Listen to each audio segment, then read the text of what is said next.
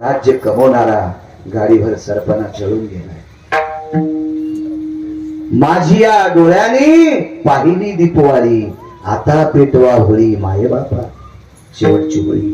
मी तुझ्या बाबाची पाहिली, अरे हळ लाकडासारखी जळाली, अंगावर चिरोम गवतासारखी जळाली. याच गोपुरातून नशांभूमी दिसते रे, आणि याच गोपुरातून तुझ्या बाबाच्या शरीराला लागलेला अग्नी मी माझ्या डोळ्याने पाहिला. बघ डोळ्यात बघ, हे डोळे साक्षीला आहेत रे, तुझ्या आईचे डोळे आहेत रे राजा. बाळा तुझ्या आईचे डोळे आहेत. तू जर यमाला सांगशील, देवाला सांगशील मी ऐश्वर्य भोगलं, यम तुला मारल बरं बाळा, यम तुला मारल. यमाला दया नाही, नाही त्या यमाशी करुणा. मारी ती झोडी ती तोडी ती निष्ठूर. यमाला दया माया नसते रे बाळा. तो म्हणणार नाही हा राजा होता, तो म्हणणार नाही हा भिकारी होता, तो म्हणणार नाही हा कीर्तनकार होता, तो म्हणणार नाही हा मृदंगाचार्य होता, तो म्हणणार नाही हा भजन्या होता. चुका केल्यावर ते हंतूच यम भेटणार नाही, भेटणार नाही, भेटणार नाही. मग तुला आताची आता आपुली आपण करा सोडून तुला काहीतरी तुझं हित करावं लागेल. उपदेश मान्य झाला, उपदेश मान्य झाला. 19 लोकायला 20 मिनिटाच्या आत उपदेश पावला. 20 मिनिटाच्या आत नारदाने वाल्याला केलेला उपदेश, नारदाने वाल्याला केलेला उपदेश 13 मिनिटाचा होता. मी सांगत नाही, पुराण सांगते. रामायणात बघायचं नाही, दुसरं पुराण पाच. रामायण पाहिलं पुन्हा माणसं म्हणते बाळा कशातलं सांगतो, उसातलं. तू वाची जाईन सुमळ्या, कशात काड्या करतो. तुम्हाला एक सांगू का, दुसऱ्याचे धुणे धुणाऱ्या माणसाला कालांतरानं बायकोच्या साड्या धुवाची वेळ येत असते. म्हणून अभ्यास करण्यापेक्षा दुसऱ्याचे खपल्या काढायचं काम नाही केलं पाहिजे. आपल्याला काय करायचं, एखाद्याचा स्वर कमी असेल तर तुमचं त्याच्यासाठी जग नाही का? तितका वेळ तिथं घालून तुम्ही रक्त गरम करण्यापेक्षा त्याला डोक्यातून काढून टाका आणि 2 अभंग अजून पाठ करा. कीर्तनकार तुमची पाठ थापतील. काय गरज आपल्याला त्याच्यावर फुकट उपाय करून दुसऱ्याची? काय गरज नसते, काय गरज नसते, काही समज नाही त्याच्यावर.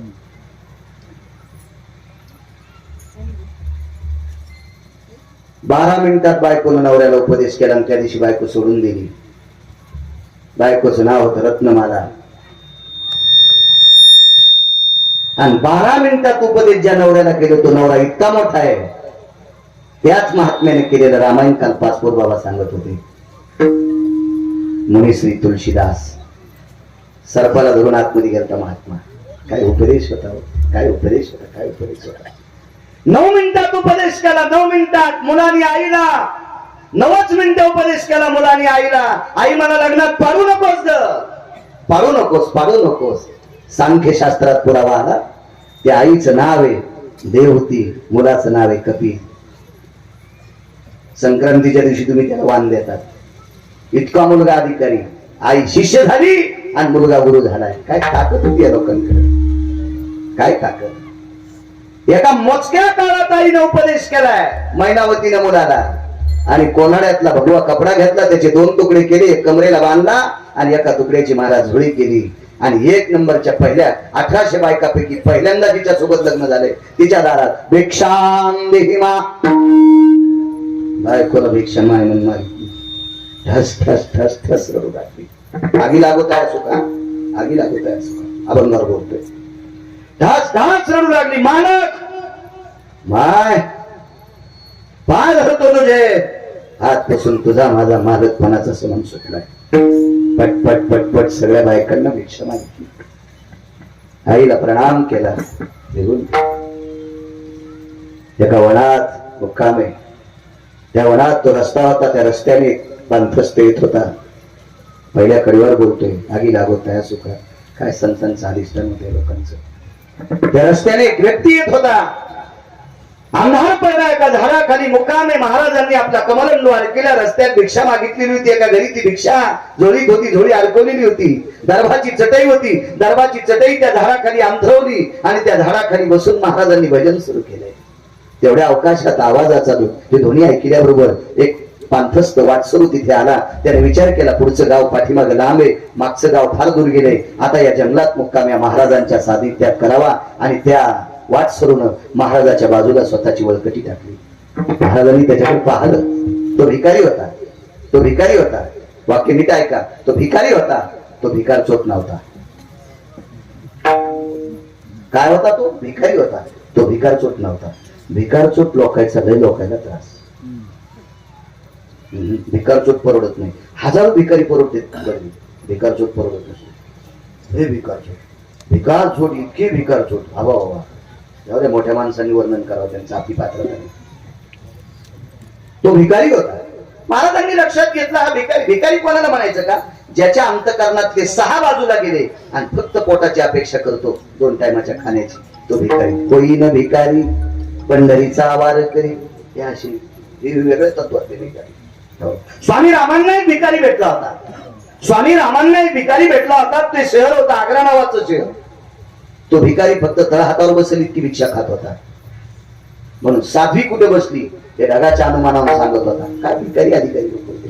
सामान्य कसं कोणाला म्हणतात अद्याप नाही. कोणाला वरच्या अंगावर साधं म्हणी जाऊ नका. आणि एखाद्याला लय कडक टोपी घातली म्हणजे त्याला श्रीमंत म्हणी जाऊ नका. त्याची बायको 7 व्हायचा कापूस याचायला आणि त्याला नाद एक कपडे भारीचा घालायचा. काय नसते वरून झटपक आतमध्ये बघ बघ काही नाद असतो वरून झटपक राहायचा. बायको कदरली त्याला नाही इस्त्री भेटली तर तांब्यात इस्तू टाकून पण टोपी कडक कर. आणि कोणाच्या फालक्याला लग्नाला लागल्यालाच आणि तिथं गेल्या म्हणतो नुकती कडक झाली. उष्ट्या हाते उठवी काढ, उष्ट्या हाते उठवी काढ. भरक्या हाताने कधी कावळा उठिला नाही आणि हे भंगिरे म्हणते नुकती थोडी कडक झाली. पुत्री थानी तुझ्या ये मला खोरा विठाला विठाला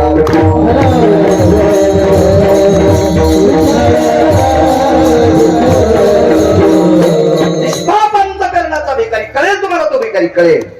महाराजांनी भजन सुरू केल्याच्या नंतर भिकारी भजन म्हणत होता. भजन आटपल्याच्या नंतर भिकाऱ्याकडे भिक्षा नव्हती, महाराजाकडे भिक्षा होती. महाराजांनी कमलंडू खाली घेतला. कमलंडूत पाणी होतं आणि झोळी खाली घेतल्यावर झोळी अशी पसरवली. 1-2 भाकरी होत्या. आवाज दिला. दादा बाबा काका काय म्हणले असतील. अरे बाळा जेवतोस. ओठावून जीभ फिरवत होता. सुधीने व्याकुळ झालेला होता. महाराजांनी स्वतःच्या झोळीतली एक भाकरी आणि भाजी देऊन टाकली. भिकारी तृप्त झाला. महाराजांनी भजन अगोदरच केलं. अंग टाकलं आपल्या दरबारच्या चटईवर.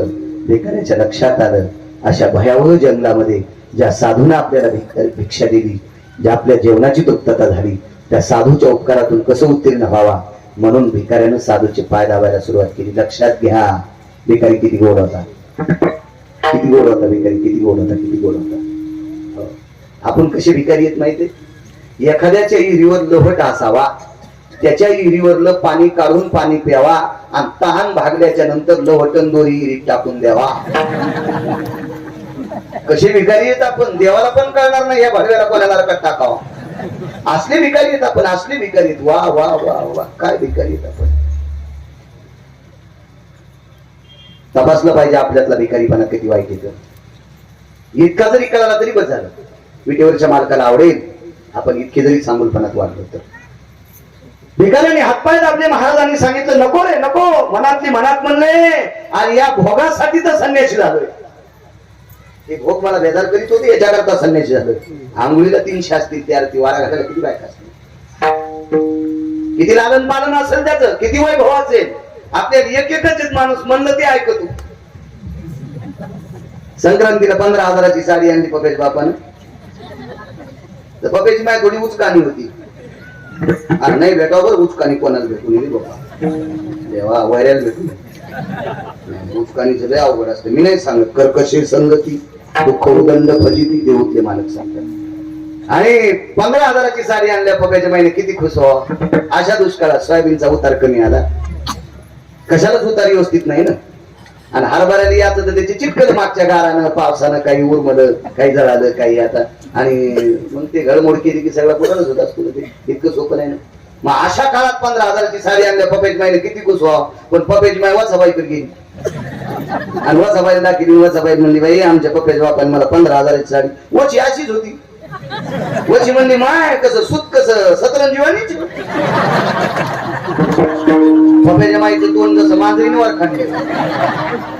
आणि पुन्हा म्हणले बदरी तुला इतका कसं रे. संसारातल्या गप्पा आणल्या खसखस पीठ लावली. त्याला बैठकीत गुरुवर गेल्या.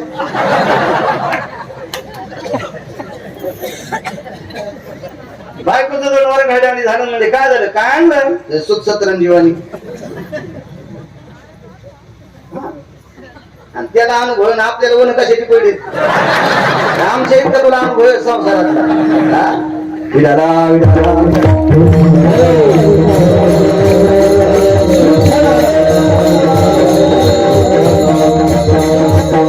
कोणा पप्याचा बाप दुकानावर 20,000ची साडी आणली. नेसावं नाही पप्याच्या महिने.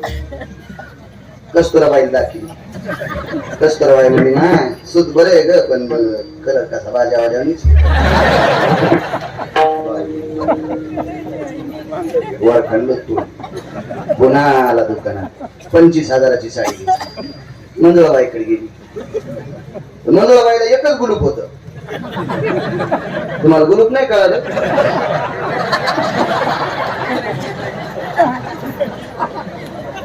एकच गुलूप मंजुळाबाई माय चांगलंय, रंग चांगलाय आणि कुठे कसे गोचरावानी.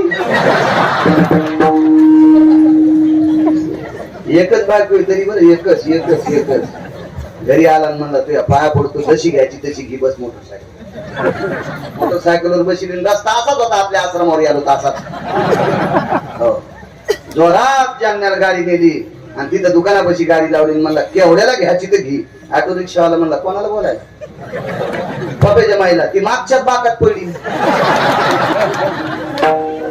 मागल्याच बाकात पडली ती. एक एक एक एक.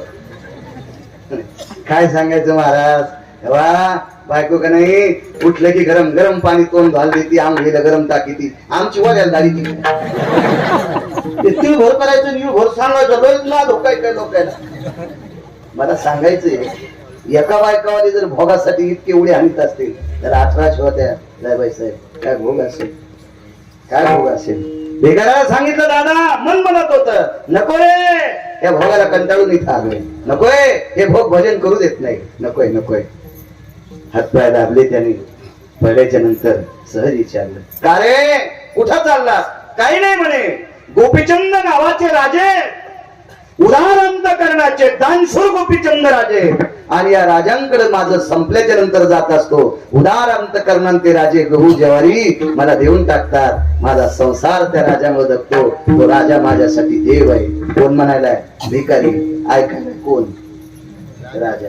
राजा काय म्हणला ते भिकार छोट राजा. महाराज काय म्हणतात ते भिकार छोट राजा. साहेब त्या भिकाऱ्याला गोपीचंदाला भिकारी म्हणल्यावर इतका राग आला, इतका राग आला. त्याला वाटत होतं महाराजाच्या डोसक्यात दगड घालू का. निष्ठा होती काही लोकांची. निष्ठा होती निष्ठा. जो निष्ठेने जीवन जगतो का त्याची दखल पंढरपुरातला मालक घेतो. कुठल्याही गोष्टी निष्ठा पाहिजे. कुठल्याही गोष्टीवर निष्ठा असावी.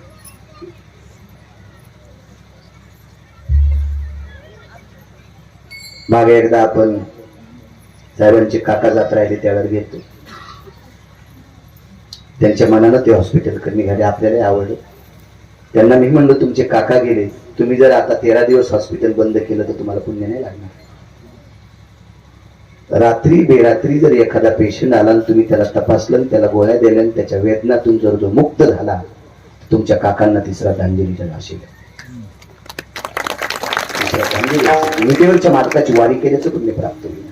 ज्या त्या क्षेत्रात ज्या त्या माणसानं निष्ठा ठेवली पाहिजे. निष्ठा ठेवली पाहिजे. आपल्या परमार्थातल्या लोकांनी मृदंगाचार्यांनी गायकांनी गायक चुकून शब्द केला वारकऱ्यांनी आणि कीर्तनकारांनी भागवतकारांनी रामायणकारांनी निष्ठा ठेवली पाहिजे. निष्ठा कोण येते ज्याचं त्याचं मन तपासील.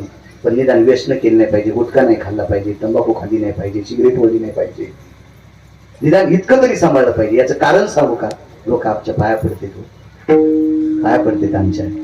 आम्ही कोणा जातीचे विचारित नाहीत. आमच्याकडे श्रीमंती किती विचारित नाहीत. अभ्यास किती विचारित नाही. फक्त ज्ञानोबा आहे तुकोबारायचा पाय गळ्यात तुळशीची माळ याच्या करता पाया पडते. एरवी तरी पुशे कोण. एरवी तरी पुशे कोण आणि पावे देवासाठी मान. आपट्याची पानं एरी शेळ्या खात्यात. आपट्याची पानं एरी शेळ्या खात्यात. अभंगातला पुराय फक्त म्हणत नाही. पण दसऱ्याच्या दिवशी त्याच आपट्याच्या पानाला सोनं म्हणून स्वीकारतात. कोणाला किंमत. दसऱ्यामुळे आपल्याला किंमत आली. ज्ञानोबाला तुकोबारायमुळे महाराज आपल्याला किंमत आहे. आपण गोड वागलं पाहिजे.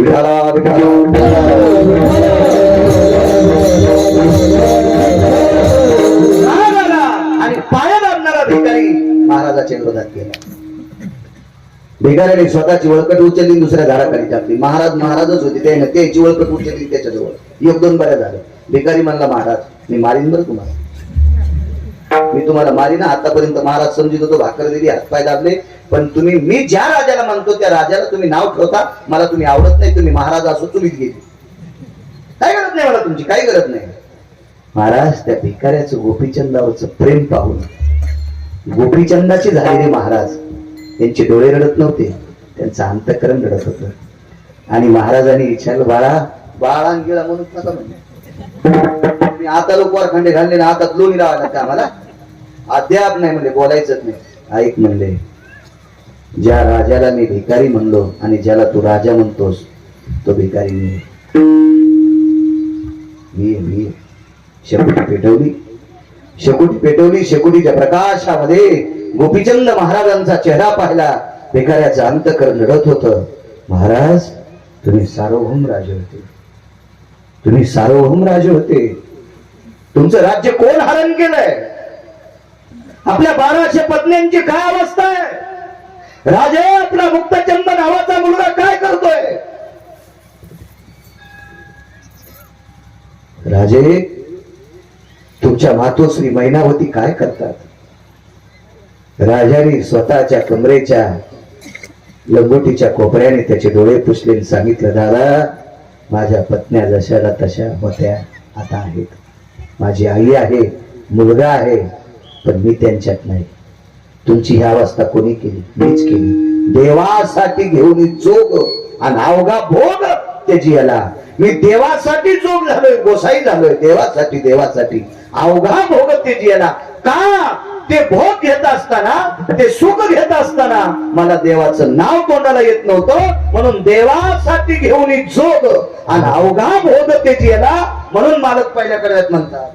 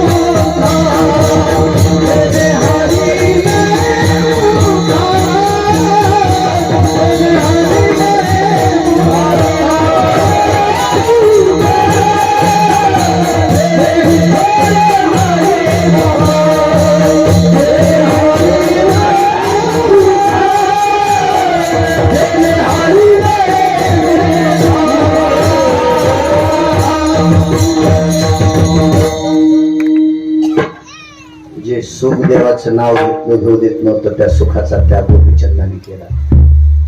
लग्न पास करेल तरी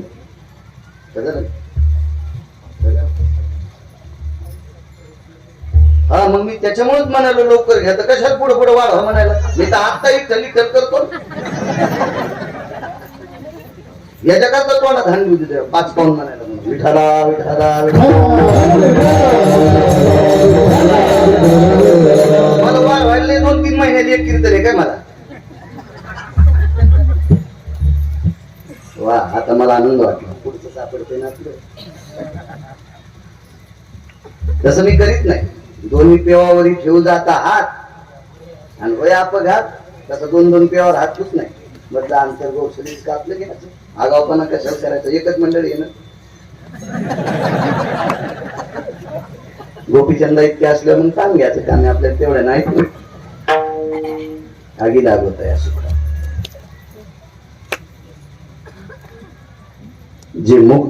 जे सुख देवाचं नाव घेऊ देत नाही त्या सुखाला आग लागू. हातभाग सोडून. पैठणच्या मालकांचं वाक्य.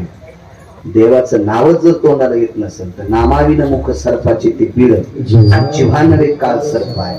याच्या पलीकडे सांगतो, नाम नाही घे ज्याची वाचा. पुढचं म्हणू नका. जरा आवड शकतो तो मालकांचा. आपली पात्रता नाही. रिकामी जागा तो लेख. किती किती कठीण. नामाची फार मोठी ताकद आहे. नाम इतकं पवित्र. पैठणच्या मालकांनी कोळी खर्च केली. नित्य राम नाम गरजेवाणी. नित्य राम नाम गरजेवाणी. तीर्थे येती लोटांगणी आणि सुरवर लागती चरणी सवे यम पायवंदी. दक्षिणेचा राजा सुद्धा पाय पडते नामधारकाच्या. इतकी मोठी ताकद आहे नामधारकाची. नामधारकाचा प्रत्येक काय आहे. आदरणीय पाचपूर बाबांनी कथा प्रसंगात शबरीचा प्रसंग सांगितला असेल. मी त्याच्यातला उगा सांगतो 2 मिनिटाचा. 188 साधूंनी यत्न केला. 188. पुरावा रामायणातला नाही. मगर ध्वय मखेशु सर्व सिद्धायम साधवे तत्पुण्याता यत मखेशु प्रतः यत प्रातासी जायते. या निसर्गातला बदल त्या काळात यज्ञान होतात. यज्ञात भवन्ति पर्जन्यः.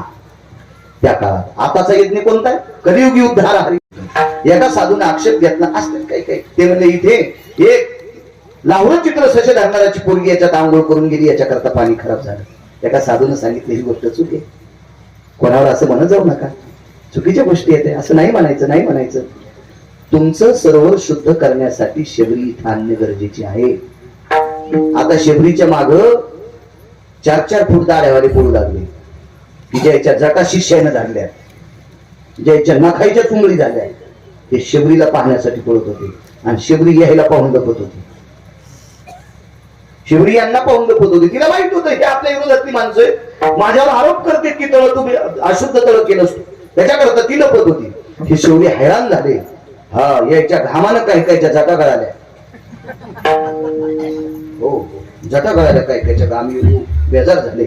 आणि मग एका साधून सांगितलं शबरी सापडत नाही का. पण शबरी पळालेली कोणाला दिसली. आम्ही पाहिली हो.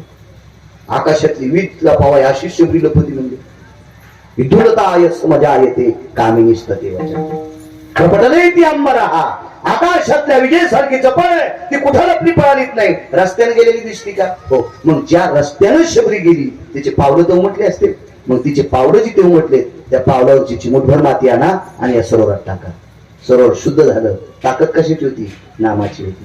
शबरीने यज्ञ केले. फक्त भजन केले. फक्त भजन.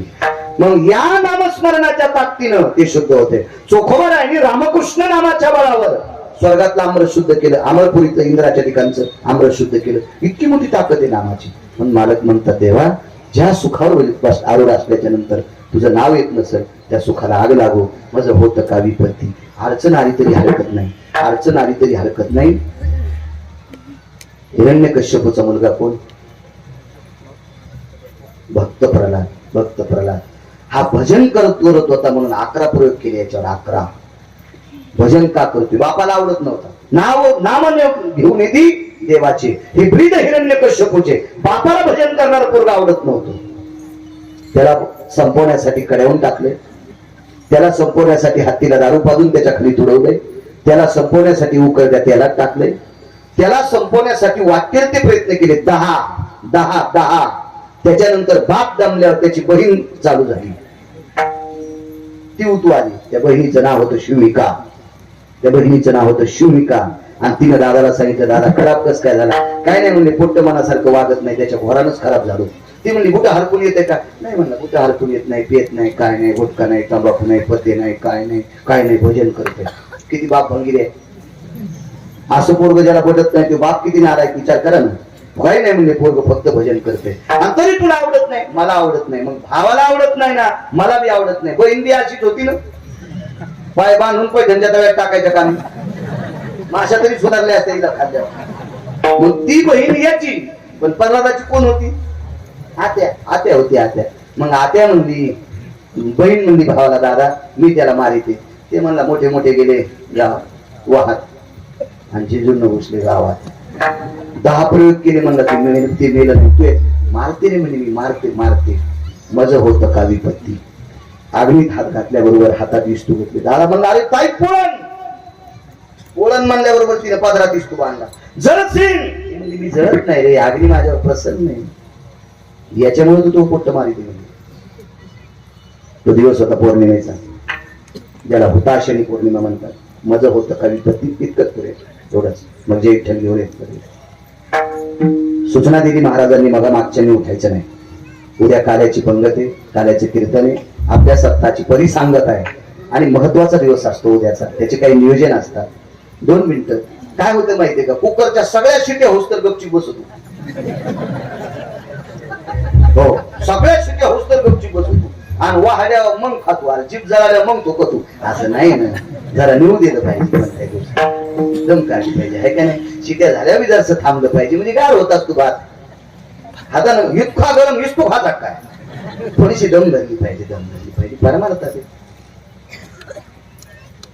अजून सांगू का, आता कॅमेरे पुढे आहेत म्हणून कधी कधी घ्यावं लागते. इथं काय वाटत नाही, पण दुसरे ऐकणारे कोणा म्हणतील ना, बाळू महाराज कुठं हात घालतो, मोठा आवड.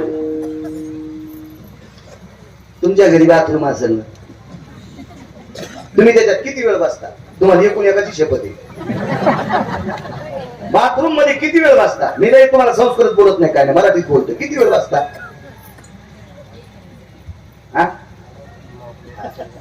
पोट मोकळं होत करत बसताना. मला सांगा बरं, कोण माणूस आहे पोट मोकळं झाल्या मधातच बसला टाळ्यावाजी. बसता का तुम्ही. नाहीत बसत. मग बाथरूम चांगली आहे का. तुमचं पोट मोकळं झाल्याशिवाय बाथरूम मधून बाहेर निघत नाही. कीर्तन इतकं घाण आहे का आधीच उठायला. कीर्तन किती निर्मळ आहे. मग निर्मळ जागेवर बसायला कंटाळा येतो. कीर्तन सांग, कीर्तन सांग. अहो आम्हाला नका मानू, त्या जागेला माना. कोण म्हणते तुम्हाला आम्हाला माना.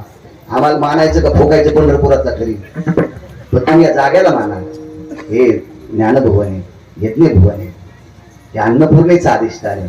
त्या महात्म्याने मोठ्या कष्टाने उभं केलेलं आहे. कधी कधी काही काही जागेची ताकद लक्षात घ्यायचा. कुठं जाऊ नका, संप्रदायाचं नाही. असो, लाकडं जमा केले इथपर्यंत आलो आणि त्या लाकडावर बसलो आणि भावाला सांगितलं, दादा तू घरी जा, राक्षसाला सांग पोरग माझ्या पोटाला बांध. तर खालून म्हणला, आत्या कोणाला बेजार करूच नको, मीच येतो तुझ्या मांडीवर. कसं होतं ते आपल्या पोरासारखं होतं का. आम्ही बैठकीत बसलो आणि एक बाई म्हणली, महाराज कायच मग नातू आहे बाई. बाई मग नातू महाराज, तुम्हाला काय सांगायचं. काय मग नातू बाई. बाई कायच नातू बाई. कोर कोर काय सांगायचं महाराज मग नातू बाई. म्हणलं बाई हो ना, कलेक्टर होईल तो. आणि मग तिच्या घरचा चहा प्यायला म्हणलं, मग बुट कुठे ते. पोरग म्हणलं, काय मी दोरी बांधून पाणी आणि तिचा नातू रामनाथलं पाणी माझ्या बुटाने शेंदू लागला. म्हणलं बाई कायच नातू खास आहे, याला जर आमदार केलं तर काय काय शेंदीन. असं पोरग असेल कधी. पोरग भक्त प्रल्हाद आहे. परा पश्यंती मध्यमा आणि वैखरी चारही वाणीचं ज्याच्या दिव्यावर प्रभुत्व, त्याचं नाव प्रल्हाद. त्याचं नाव प्रल्हाद. बाहेर काही व्याख्यात आपल्याला वेळ मस्त काय. मी जेतो आत्या, तरी आत्यानं सांगितलं, दादा सेवकाला सांगून बांधा. ते मला बांधूच नको, मी तुला आवडून धरतो. वात्सल्य असतील ज्या येते यस पिता असं भगिनिया. आईच्या पोटाला जितका बिलगुन धरतो तितकं भावाच्या बहिणीच्या पोटाला बिलगुन धरतोय आत्याच्या. आणि बिलगुन धरली, गेलं पेटून. हिला एक अग्नी प्रसन्न होता, तिला अग्नी जाळीत नव्हता, पण कुठपर्यंत अग्नी प्रसन्न होता. लोकांची लेकरं फोकायला, चांगलं काम करण्यासाठी अग्नी प्रसन्न होता. आणि भावाला सांगितलं, दादा पोरग जळताना तुला वाटायचं नाही. ते गेलं घरी. आणि मग हिला अग्नी जाळू लागला, ओरडू लागली. ते म्हणला, आत्या ओरडू नको, लोक पोळ्या खाले तर. तोंडच दाबलं, इतकं दाबलं आत्याच राखुंड होस्तर उघडं नाही केलं. सकाळी बाप आला, प्रल्हाद आत्या पहिल्या गाडीनेच गेल्या. मी त्याला म्हणलं, जामण्याचे दुकान उघड्या, आत्या तुला नाटी आणते पैठणी आणते, पण आत्या थांबलीच नाही, पहिल्या गाडीनेच गेली. अंतवर कातेची राख यानं अंगाला लावली. नामधारकाची ताकद सांगतो, लेकर जाणणारी बाई पण भजन करणाऱ्याचा संघ झाला. मग नाग होळीच्या दिवशी हुताशनी पौर्णिमा जगदंबा म्हणून तिची पूजा करतात. तिथे नामधारकाची ताकद मोठी. एक पर्व सांगितलं फक्त, अशी 19 पर्व आहेत त्याची. पण भजन करणाऱ्याला कमी संकट आलं. किती संकट आले. नाम प्रल्हाद उच्चारी दया सोडविणार हरी उचलून घेत कळीवरी भक्ती सुखे नारा. पण कधी आणि किती बेजार झाल्या. तुकोबाराय म्हणणे देवा काय विपत्ती आली तरी होते माझं होतं का विपत्ती. पांडुरंग राहोची ती विढो पार